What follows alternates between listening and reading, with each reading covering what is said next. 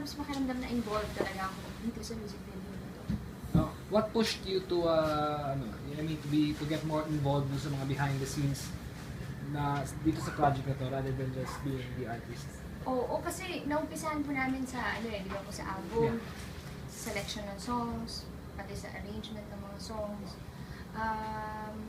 pati sa konsepto ng album cover, lahat. So, kumbaga parang one step at a time, parang unti-unti ko na mag-involve talaga po ako. At ang sila Boss Vic naman, talagang ini-encourage po nila ako na talagang sa lahat ng proyekto ginagawa ko, maging involved na ako. Lalo na itong album. Sa album na to. Very quick lang, ano yung concept ng album?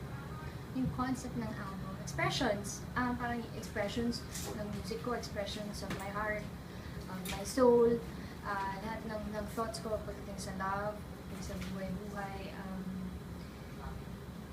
Kasi yung bawat song na included sa album, kumbaga parang naging storya ng puso ko. Kumbaga relatable lahat ng kwento ng awitin na maririnig mo sa album na Expressions. So yun, kaya siya, that's why it's called Expressions. So nag-apply din siya dito sa video na to. So particular sa video na to kasi medyo dramatic siya and slow. Yung expression yun sa dance. Nahirapan ka ba? Co-directing tapos nagsasayaw ka rin at the same time? Andiyan naman si Direk po talaga siya talaga nag-execute. Ako naman po yung pagdating sa konsepto Pero call naman ni Direk yung mga shots, di ba? Yung lighting, di ba sila na yun Ako nag-ano na lang ako ngayon. Kumbaga actor na ako ngayon. Dito sa day na to. Aside lang, parang syempre nag-conceptualize ka, pero today you are also a dancer. Alam ng lahat, magaling ka naman dancer. Pero is this any different from what you've been doing before? Sana merong... Pagka-interpretative yung... interpretative. Hip-hop, lyrical. Kasi yung song, yung genre ng song, pagka-R&B. So, kailangan parang hip-hop, lyrical, hindi siya po pwedeng contemporary or parang interpretative dance na classical or something ganyan. Hindi naman. So, mas young pa rin, hip pa rin, mas age ko pa rin, saka mas, kumbaga, nasa range ko lang din. Hindi ko naman ipipilit yung sarili ko kung hindi talaga para sa akin or hindi pa ako ready sa isang klase ng dance. Yes, very good.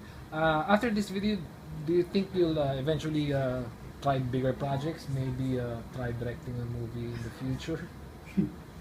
Tingnan mo lang. Bakit hindi? Opo, sana. Yeah, okay. So, okay. Final question. You're blossoming already into a well-rounded artist. What else can people expect from the new Sarah Geronimo? What else? Sarah Geronimo now. Ano pa tingin nila? You've tried producing your own album na, you're co-directing na. Sa tingin mo, what else can you do pa? Sa tingin nila, anong may expect pa nila? Yun na po yung hindi ko masasabi. Kumbaga, basta ako at 25, yung pagkakaroon ko ng career dito sa business for 10 years. Kumbaga, I felt the need na maging involved na ako, mag-grow na ako, kumbaga mas maging responsable na ako na artist kasi parte na ako ng industriya. So lahat ng gawin ko talagang may mga nanonood, may mga batang nanonood, may mga ka-age ko nanonood or mas mga matatanda na nanonood.